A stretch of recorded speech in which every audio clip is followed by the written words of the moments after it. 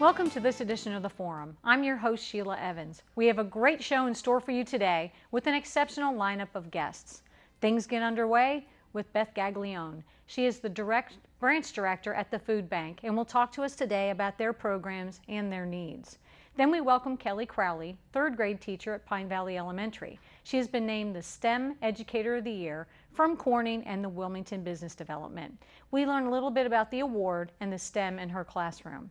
And finally, David Howell with the Lower Cape Fear Hospice joins us to talk about the Festival of Trees. He will tell us about this wonderful event and how you can participate.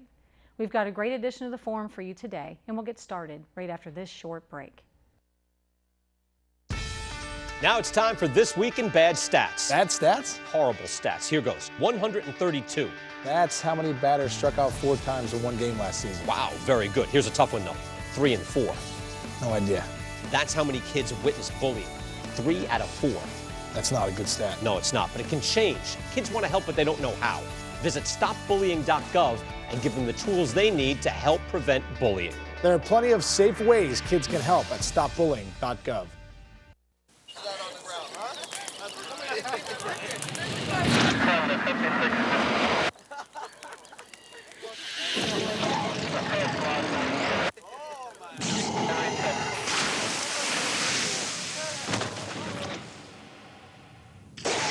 Each year, thousands are senselessly killed by people with no criminal record at all.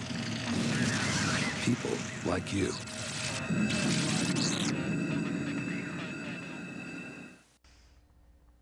My next guest is Beth Gaglione. She is the branch director of the Food Bank of Central and Eastern North Carolina at Wilmington. That's right. That is a mouthful. It is. Tell us a little bit about the Food Bank and why you think it's important. So the mission of the Food Bank is that no one goes hungry. But we serve a unique role in the distribution of food in our community. What sets us apart from organizations that are distributing food directly to individuals is that, just as our name says, we are a warehouse full of food, the Food Bank. And so organizations like Food Lion and Walmart and Harris Teeter and Lowe's Food, they can make deposits into our bank, and then we make sure that that food goes to organizations that are doing good work distributing food on the ground to people that are in need. So by deposits, do you mean literally food deposits? Exactly. And food donations. What kind of food donations would they make? So, stuff that's not moving or stuff that you need? It is all across the board. Okay. It is both, and it is food in addition to that. And so I'll use our grocery stores as an example. Okay. And so we pick up at Food Lions and Walmarts here in our community almost every day. Nice. And we're picking up food that is near expiration, so to speak. And they do different things within their stores that allow us to come and get perfectly good food, but they know it's not going to sell by the date in which they need to sell it in. Right.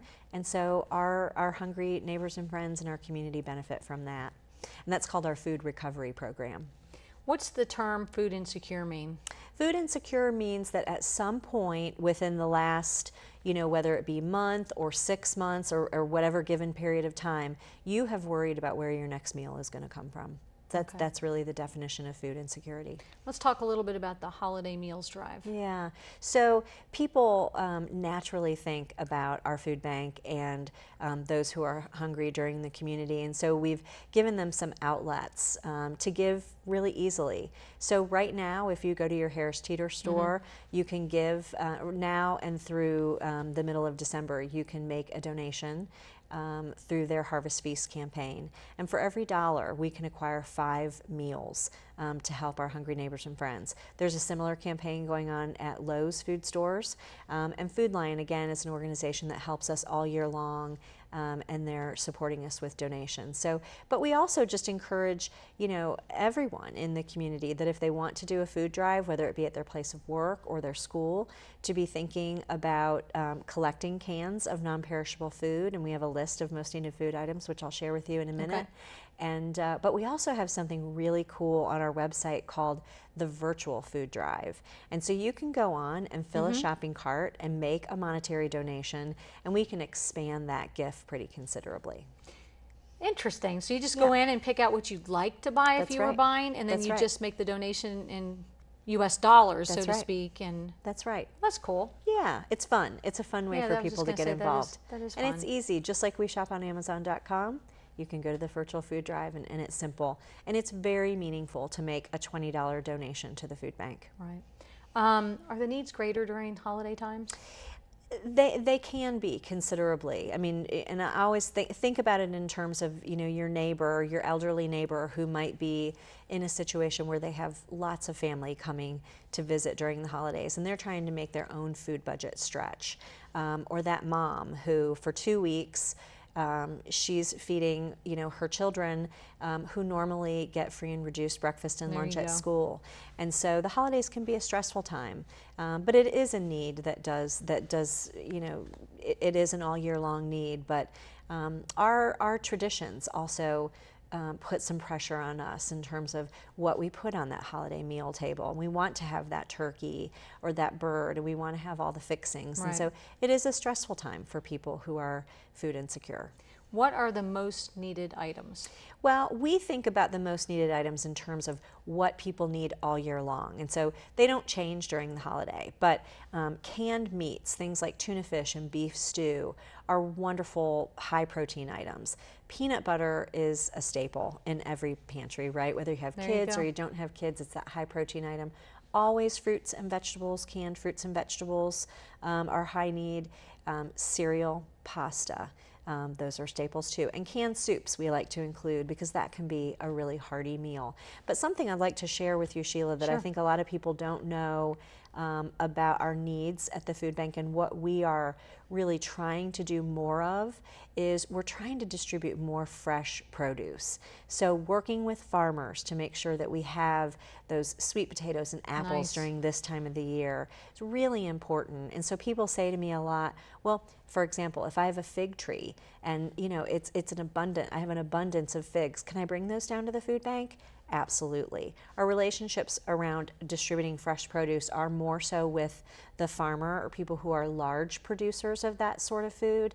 But if you have a community garden and you would like to come and bring some of that fresh produce to the food bank, we'd love to have it. We're not just about non-perishable canned goods anymore. So what a nice way to help without the non-perishables and money donations. Absolutely. Very good. What comes after the holiday season for you guys? So after the holidays, particularly in February and March, we're really thinking about how to restock our shelves. And so we're preparing for the months ahead when people are not as naturally thinking about their hungry neighbors and friends. And so we have a few campaigns that we work on. For example, the Stop Summer Hunger campaign is something that we focus on throughout the spring months. And gearing up for that time that we know there is a high need. Children are home from school. They're not getting those 2 meals a day at school, and there is a demand on local households. So that's something that we work on in the beginning of the year. Where can viewers find more information or make a donation? So foodbankcenc.org is our website, and that's probably the best place to find all the information, whether it be a food drive kit or that virtual food drive or making an online donation. Tell me what a food drive kit is. So a food drive kit is, it's pretty simple. Some materials so that if, for example, if you're a teacher at a school and you want to do a small food drive with your class, we would have a list of our most needed food items, Nice. where you could pick up a box to serve as a receptacle, some posters to put up in the classroom, some statistics about what hunger means in the United States. I mean, we just had a kindergarten class come over from one of the local schools, and she said, one of the little kindergartners said to me, you know, when we're hungry or when we need food, we just go to the grocery store. And, you know, teacher was trying to explain to her that not everyone has that luxury. It was really a new thought for her and really interesting to see. And so information that teachers could share with kids Very in good. that vein is great. Great. Well, Beth, thanks for coming by You're and sharing this welcome. information. And we will be back in just a few minutes, right after these messages.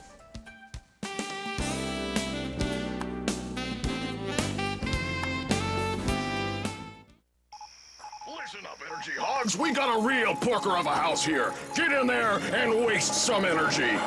There's no insulation, boss. It's hog heaven. Leaky windows, too. This is gonna be a breeze. Perfect. Go wild and waste some wattage. Time to tan. Oh, there's hot water for just one pair of pants. My kind of place. Wow, this thing's so old it's gonna take me hours to get dry. Woohoo! Keep wasting. They'll never know what hit them till they get the energy bill. What the? Boss, they're home! And they've got energy-efficient bulbs! Ah! You've got the power to get rid of energy hogs. You can help your parents add insulation, put in Energy Star appliances, and lots of other things to make your home hog-free. Find out how at energyhog.org and play fun games, too. Oh, retreat! Retreat! Go to energyhog.org and get the energy hogs out of your home. Hey, wait for me! Let's see what's for lunch today. What are you having? Tacos, great. We had meatloaf, mashed potatoes, and peas. What's this? Looks good. We had beef stew, noodles, pudding, and whole milk. You know, today's school lunches are more nutritious and have better variety. They're totally awesome. It is definitely not your parents' school lunch anymore. A message from the American School Food Service Association. I am joined by Kelly Crowley. She's the STEM Educator of the Year from Corning and the Wilmington Business Development. Kelly, tell us about STEM education and why you think it's important. Well, STEM education in the classroom is incredibly engaging for students. It grabs their attention, they get excited about it, and then they want to learn. So it's a win-win situation for both of us. But more importantly, STEM is in the careers today and in the future, anywhere from a biomedical engineer to a home care provider. They have to have a STEM background to perform those jobs. Okay, so how is STEM different from other curricula? Sure, so STEM curriculum is more based in a real-world application, and it really promotes problem solving for students. It's very hands-on, and it promotes teamwork in our students. Okay. Tell us some of the ideas that actually led to you getting this award. Well, I've coached Science Olympiad for Pine Valley for the past 6 years or so, and that really got me excited about science. I don't have a science background. I just have, a basic elementary education background. And so coaching Science Olympiad was a lot of fun. And this past year, we started incorporating some experts around the state. I had a contact at NC State in the engineering department, and he would Skype in with us every Monday and help our STEM Design Challenge team build their structures. Oh, that is awesome. Right, because I don't know how to do that, but right. He did, and he was able to help them, and his commitment to us was wonderful. And every week he showed up online, and he didn't have to drive here, we didn't have to go to him, and using that technology just to communicate. Right. It was so incredible. Cool. What a great lesson. Yeah. You've talked about how the students are really excited about it and it's hands-on for them. What about the parents? What's been their reaction? The parents are so excited, and really the parents wrote excellent letters along with my principal, Mrs. Opgran, for the nomination with Corning and the Wilmington Business Development. I had a particular student last year that was really into stop motion video. So we embraced that in that child and used stop motion in our class several times last year, and it actually uses a lot more math than I ever expected. So that was a lot of fun, and those parents saw that I looked at what their child's interests were and tapped into that, which helped their child grow and blossom in my class last year. What do you think other educators can do to incorporate STEM into their classroom? Right. Well, the first thing, the county provided science kits and like the discovery education that's provided by the county. If teachers go on there, watch their videos, and read the background information, you will learn so much about the principles behind the concepts you're teaching. Also, UNCW has their C-STEM department, and I've taken several workshops there. They're excellent, they're very friendly, they're free, and they have, yes, and they have a checkout department. So if there's supplies that we don't have, you can check them out from UNCW and use them in your classroom. Very nice. Why do you think the community partnerships with Corning and Wilmington Business Development are important? Because they're our experts.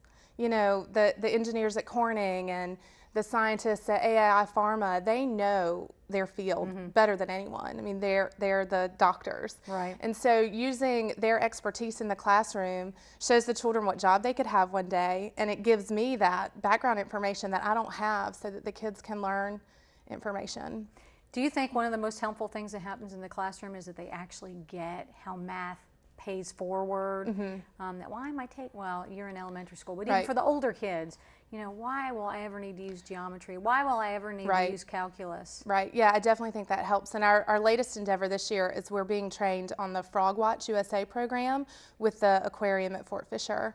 And my students are learning local frog calls, and then they're going to Really? Yes, it's really quite fun. We were practicing it this morning. We've got about 5 or 6 of the 20 some frog calls down, and we're going to go out to Halliburton Park in the spring several times in the evening, listen to frog calls, record them with a digital recorder, collect that data, then the next day make sure it's the frogs that we heard with the recordings we took, input that data into the National Frog Watch database. And then we can grab more data that they've had for several years in their database and analyze the frog populations. They're an indicator species of environmental health.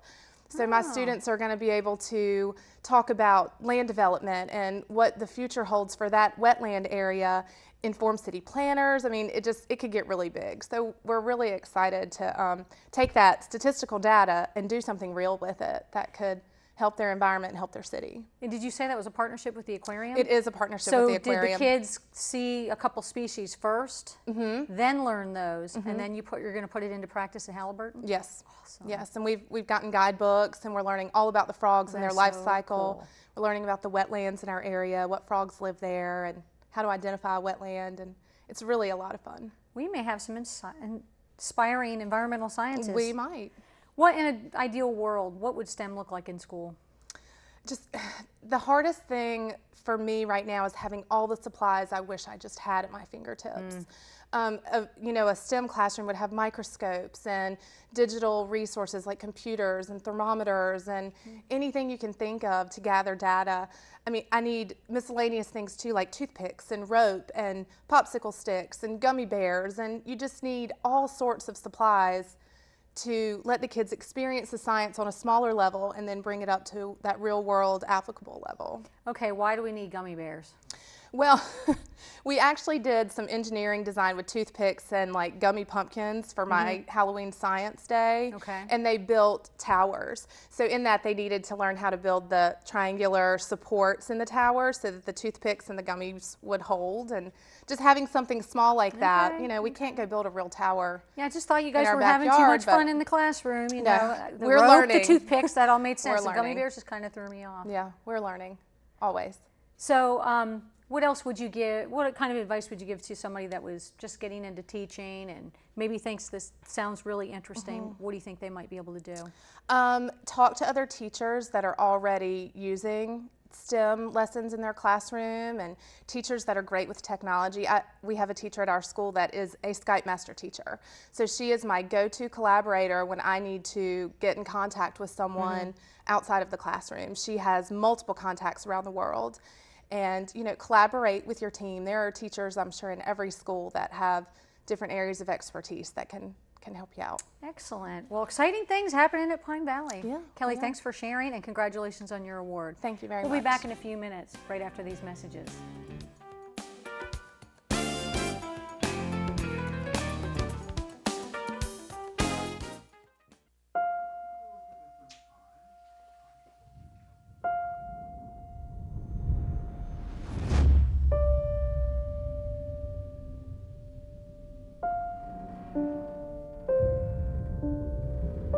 What if a disaster strikes without warning? What if life as you know it has completely turned on its head?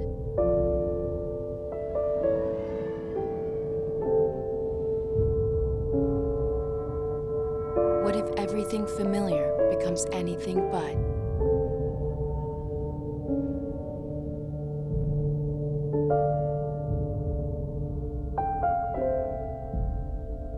Before a disaster turns your family's world upside down, it's up to you to be ready. Get a kit, make a plan, be informed today. Learn how at ready.gov. When I was 6, my days were spent playing basketball. When I was 6, my dream was to make it to the NBA. When I was 6, my mom had a stroke. I'm Paul George, and I want you to spot a stroke fast. F, face drooping. A, arm weakness. S, speech difficulty. T, time to call 911. Protect the ones you love. Spot a stroke fast. I am joined by David Howell. He's one of the development managers for the Lower Cape Fear Hospice. And we're here to talk about Festival of Trees. We are. Give us the where, when, and how. Well, the Festival of Trees this year is going to be from November 23rd through December 6th. It's going to be held at the North Carolina Aquarium down at Fort Fisher. So it's going to be absolutely beautiful. It's going to be and that's a new venue, correct? It is a new venue. Okay. For the past few years, the Festival of Trees has been at the Cameron Art Museum, and we're partnering up with the aquarium as a host. We can talk about general admission in a second, but they're hosting us this year, and it's a chance to work with another nonprofit in our area, and we're really excited about it. So tell me what the aquarium is going to look like. Do you have a basic format or layout that you can share? We can. Okay. Well, you know, if you go in the aquarium, you enter in and you can check in, and then you go through the atrium or the conservatory area. There won't be a lot of trees in there, but once you go into the large tank room, you know, there's the upper mezzanine, the lower mezzanine. I think they're going to be working on one tank on the bottom, but the trees will be dispersed, if you will, throughout those areas. So what you'll have is the aquarium as you know it, sort of with lots of beautiful trees arranged throughout. So it should be really nice. It's kind of like Disney World or one of those places. Just definitely an attraction. Getting all decorated for Christmas. You did talk about admission. Admission, if you for general admission, if just you want to go, you would just go to the aquarium like you would any other day and buy your ticket, and that it not only admits you to the aquarium but also to go through the Festival of Trees. So it's not additional. Not additional. It's part of the deal. It's part of the deal. Very good. It is part of the deal. Do you know what the hours are? 9 a.m. to 5 p.m. every day. Very good. So. Tell us what. Except for Thanksgiving. Are they open on Thanksgiving? They're closed on Thanksgiving. Okay. Well, you never know. But the day after Thanksgiving will be a great day to go. Tell us about any volunteer needs you might have.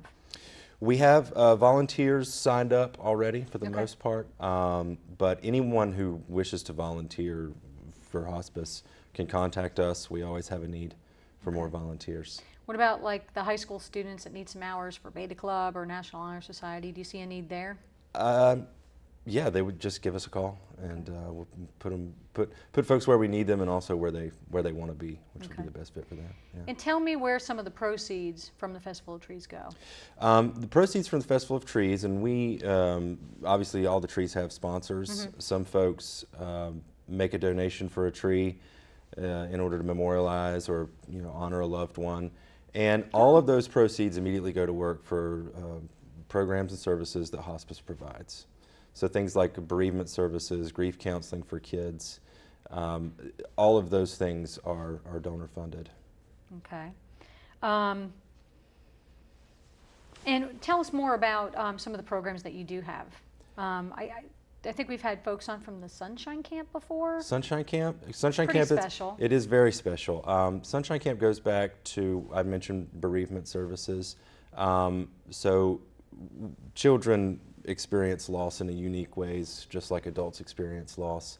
And a Sunshine Camp is a way for them to come into what can be a spooky experience loss, but to be with other kids, to take part in activities, and the Healing Arts program is part of this as well, that allows them to understand that they're not alone in what they're experiencing. What they're experiencing is unique, but they're not alone in it.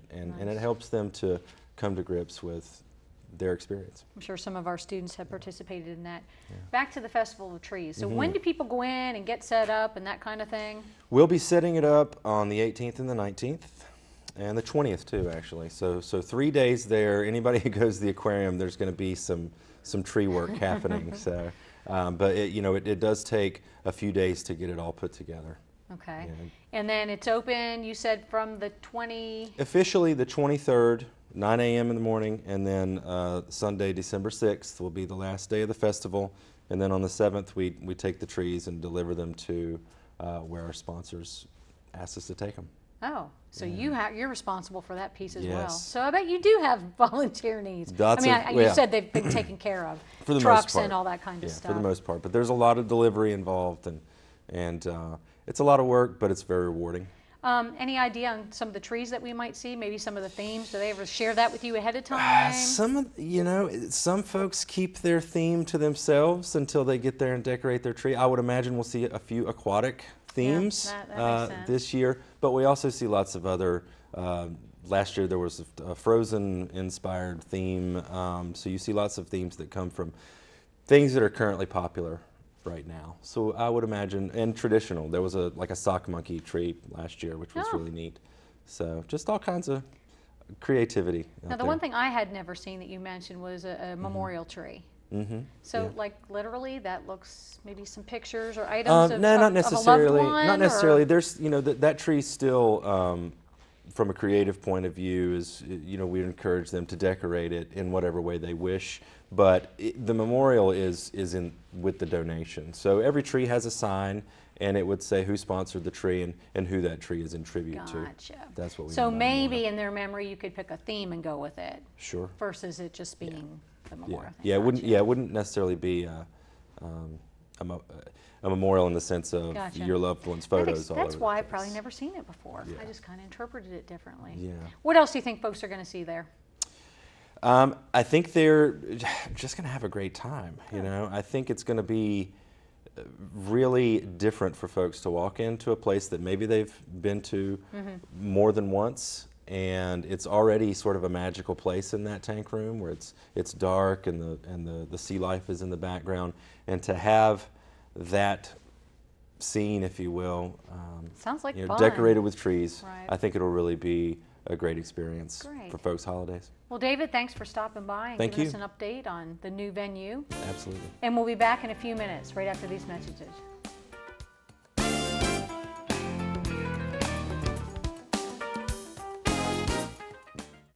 Teen Court program. Teen Court is an alternative system of justice where first-time teen offenders are tried by their peers for misdemeanor offenses. Student volunteers from local high schools assume the roles of the court staff, empowering them to take responsibility for problems of crime and violence in their schools and community. If you know someone who may benefit from Teen Court or would like to become involved, contact the Community Mediation Center on the web or by calling 362-8000. What state am I? I'm the largest state east of the Mississippi River. My nickname is the Peach State. The 1996 Summer Olympics were held here. Do you know who I am? If you guessed Georgia, you're right. I received statehood in 1788. This United States factoid has been brought to you by New Hanover County Schools on the Learning Network of the Cape Fear. We hope you've enjoyed our program today. If you would like to find out more about the Wilmington branch of the Food Bank or make a donation, you can contact them at 251-1465. The Cape Fear Festival of Trees will be held from November 23rd through December 6th at the North Carolina Aquarium at Fort Fisher. For all the details, visit www.capefearfestivaloftrees.org.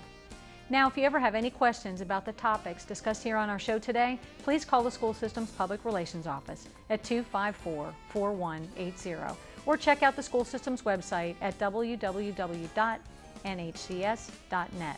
I'm Sheila Evans. Thanks for joining me today.